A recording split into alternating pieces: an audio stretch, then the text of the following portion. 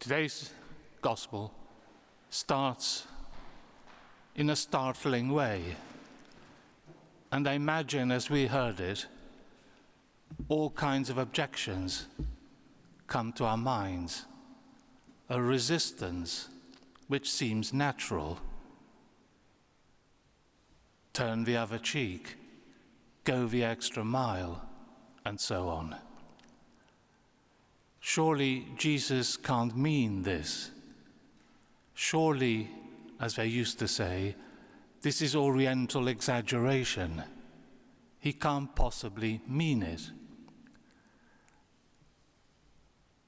Part of today's gospel, and we only hear parts in church, has a refrain in it where Jesus says, "You heard how it was said, but I say to you." So Jesus at the time was, as it were, swimming against our reaction to what he's saying. What he said was startling, he knew it, and it continues to be startling. Can he mean this? And we should think that God never asks the impossible, or he makes it possible for those who ask for his grace. Now the refrain, "You heard it said, but I say," first of all is the measure of the novelty of Jesus in our lives. Perhaps we might, in modern terms, say something like, surely it's common sense to get even. Surely it's natural to want revenge. Surely we can't be asked for this level of generosity towards our enemies. That's what we've heard said. But what is Jesus saying? Well, some are particular examples. The turning of the other cheek, the going a mile further than you've been forced to go, and so on. And saints and others have literally done what Jesus has said. They have turned the other cheek. They have gone the extra mile. Literally, because everything is possible if we ask for God's help. So what looked like a so-called natural reaction, I'll get even, I'll wait for my revenge, I'll bear a grudge, I'll always have resentment after what they did to me. That was said, but it no longer belongs to us. That's the novelty of being a Christian. It's more than, well, that's the way of the world. Perhaps it is. It's not our way. So what Jesus says has been literally done. But those are instances, examples. He then moves to a general principle, love your enemy. That's more than a particular example. Turn the cheek, go the extra mile. This is a principle which is left to us to apply in all our different lives and situations. What can it be to love your enemy?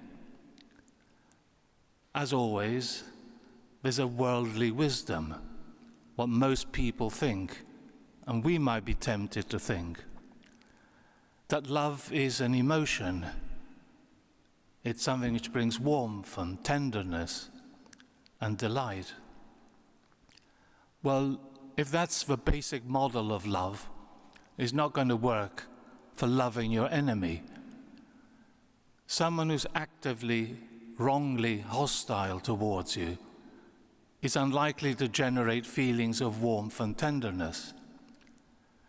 So perhaps love your enemies requires us to think a little more deeply about love.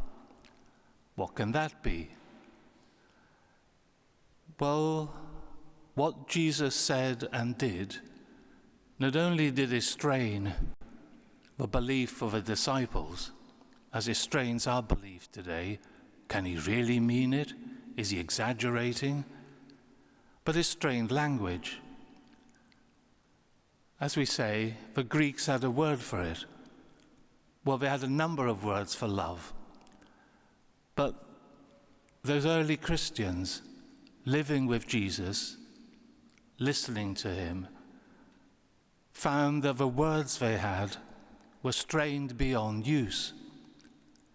So they looked round for an unfamiliar, not much used word for love. And that's what's in today's gospel. Agape, one of the number of Greek words for love. And that was chosen for us. But of course is lost in the word love in English, because we keep hearing love this, love that, we love that. One word won't do, which is why the Christians chose agape, and it's in today's gospel. We're to show agape, which ended up in English as charity, and now is fading away from our language. Charity means Oxfam and so on. But here it means the kind of love that marks out a Christian, which is more of a common sense reaction to having a wrong done to you. Agape, to love with that kind of depth. And if we say, well, we can't, Jesus would probably agree. Yes, you can't. But in me, with God's grace, you can. And mark that by a special word for this kind of love. So what does it mean to love your enemy, someone who wrongly persecutes you or does a wrong towards you? It can't mean warm, cuddly feelings, not towards an enemy, actively wronging you. To love, in its central picture, is to will the good of another. To will the good of another. To will means to put the whole of your mind and heart into love. That's what it means to will. It's not something ephemeral or superficial or transitory. It's a fixed determination of all that you are in this act of love, to will. That's, if you like, subjectively, in each of us, when we're wronged, we have to will. We have to use all our mind and heart in response. And it's the good of another, you notice. Love isn't defined by us, which again is rather startling in our culture. If it doesn't produce goodness, the good, it isn't love. It might be warm, it might be tender, it might make us feel better, but it wouldn't be what Jesus is talking about. And it wouldn't work when we're faced with our enemies. It's to will the good of another. That's what it means to love. Subjectively, it's intense, and the whole of us is present. Objectively, it produces goodness. Otherwise, it isn't love. It's some pretense, some sham version of love, particularly the kind Jesus is talking about. How we express the love towards someone who is wronging us, someone who's persecuting us, who's injuring us, will take many forms. Each of us is different. But what will be constant is, with God's help, to will the good of the enemy. And the first wish then, is that of course that he or she stops being an enemy, That's what it means to will for good. But then Jesus, in fact, speaks a couplet we've just heard. He doesn't just say, love your enemies. He says, pray for those who persecute you.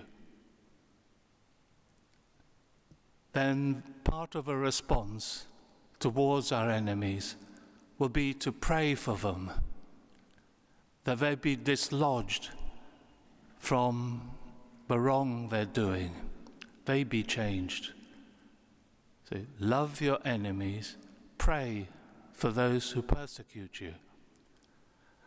The worldly wisdom says, get even, get your revenge. Don't put up with this. Be hostile in return. The worldly wisdom says. But Jesus tells us, pray for them. That will be part of your love for them. And so we haven't just got our human resources, whatever love we're capable of. We have God's resources in us. And that gives us agape, this special kind of love Christians have.